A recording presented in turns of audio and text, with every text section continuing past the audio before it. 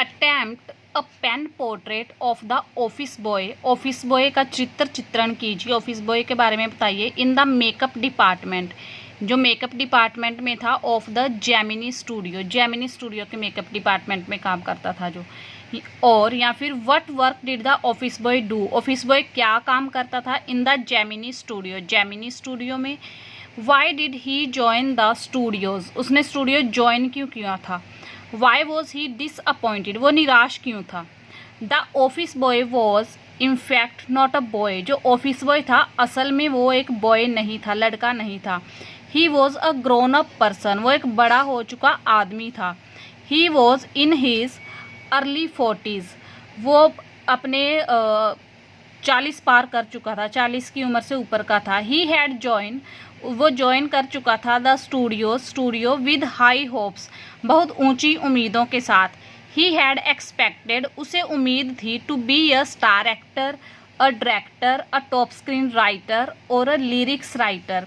उसे उम्मीद थी बनने की, कोई star actor, director, top screen writer या फिर लिरिक्स राइटर, गाने लिखने वाला writer. But all that he could become, लेकिन जो वो बन पाया, was an insignificant makeup man, वो था महत्वहीन, इनसिग्निफिकेंट जिसका कोई महत्व नहीं था, मेकअप मैन, मेकअप करने वाला आदमी। द मेकअप ऑफ दोज, उनका मेकअप, हु प्लेड, जो प्ले करते थे, भूमिका निभाते थे, द क्राउड, क्राउड की, क्राउड मतलब भीड़, भीड़ की, वॉज हिज रिस्पॉन्सिबिलिटी, वो उसकी जिम्मेदारी थी, उनका मेकअप करना इसकी जिम्मेदारी थी।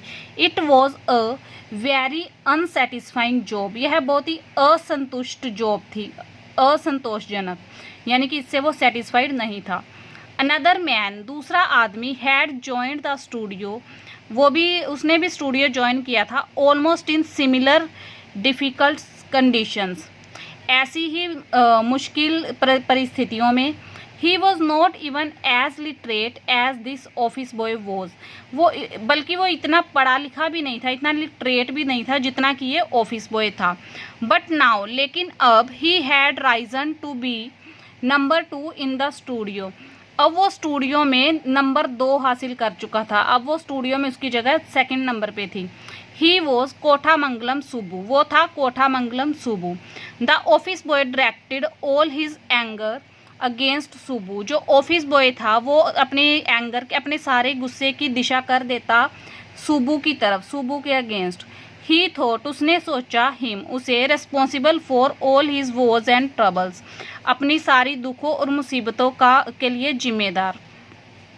इट वॉज, यह था, इनफैक्ट बल्कि, nothing else but jealousy, jealousy के सिवा, जलन के सिवा कुछ नहीं था।